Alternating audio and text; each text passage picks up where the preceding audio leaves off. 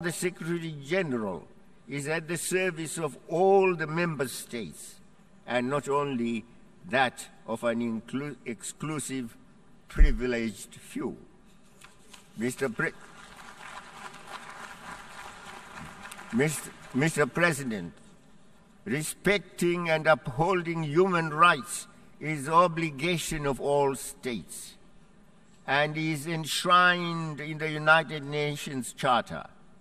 Nowhere does the Charter arrogate the right to some to sit in judgment over others in carrying out this universal obligation. In that regard, we reject the politicization of this important issue and the application of double standards to victimize those who dare think and act independently of the self-anointed prefects of our time.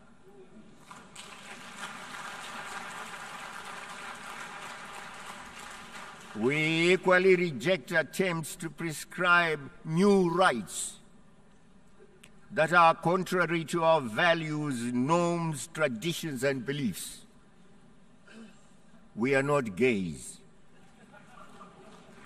Cooperation and respect for each other will advance the cause of human rights worldwide.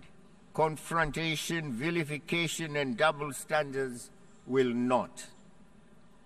Mr. President, self-determination and independence are intrinsic and fundamental rights that should be enjoyed by all peoples everywhere without distinction. We are deeply concerned by the continued denial of this basic right to the Sahrawi people. We urge the United Nations to expeditiously finalize what must be done to conclude the decolonization of the Western Sahara. In the Middle East, the suffering of the Palestinian people continues unabated. What does Mr. Obama say about that? We reiterate our unwavering support to the just cause of the Palestinian people. Do we agree, Mr. United States? We also reiterate that lasting peace in the Middle East can only be achieved through negotiations to achieve a two-state solution based on the pre-1967 borders. We are concerned by the increase in tensions in that region and urge the United Nations to assume its responsibility and bring an end to this senseless conflict. Mr. President, the promotion of gender equality is critical for the realization of the post-2015 development agenda.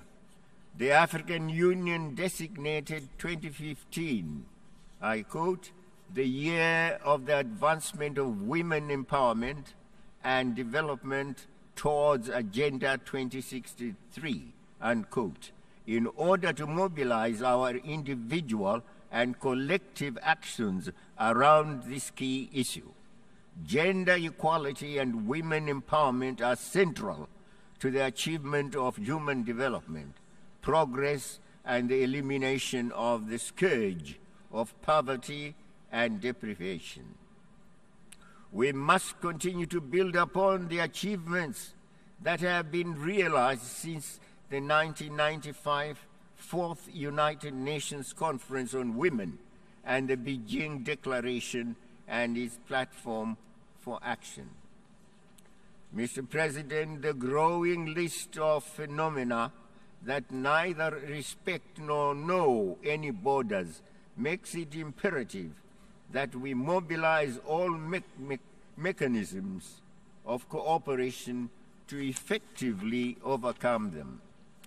Terrorism and extremist violence, communicable diseases such as HIV and AIDS, tuberculosis, malaria, bird flu, Ebola, cannot be overcome single-handedly.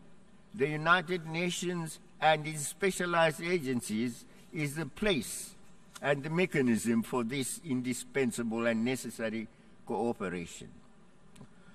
For some months now, we have watched heartbreaking and harrowing scenes of desperate refugees seeking to enter Europe in search of safety and shelter from the ravages of conflict in their own homelands. We have also read of the tragedy and loss of life in the Mediterranean. The majority of the affected people are from Syria or from other countries devastated by conflict and instability induced in great part by the destabilization policies of external forces. This tragic situation could have been avoided through the respect of the independence of other countries and non-interference in their internal affairs. In the case of Libya, we are witnessing the results of abusing the authority of the United Nations Security Council and ignoring the opinion of regional organizations, in this instance, the African Union, which are supposed to be the United Nations partners in the maintenance of international peace and security. Mr. President, my country, Zimbabwe, is committed to a fair, just, and effective United Nations in which multilateralism, inclusivity, and transparency replace unilateralism, exclusion, and backroom deals. The Charter of the United Nations is built on the bedrock of the sovereign equality and independence of its members, without distinction as to their geographical size, economic might, or any other endowments or qualifications. We are deeply attached to these principles and call on other members of the United Nations to be similarly disposed.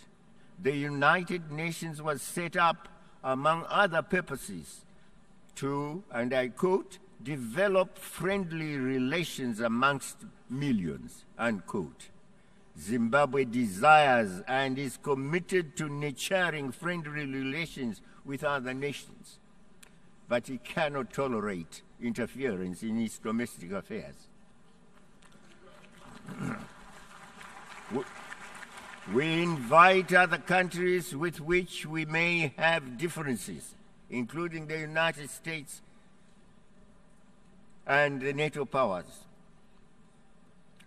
We invite them, if they have differences of whatever nature with us, to eschew threats, pressures, and punitive actions in favor of reconciliation, friendship, and dialogue.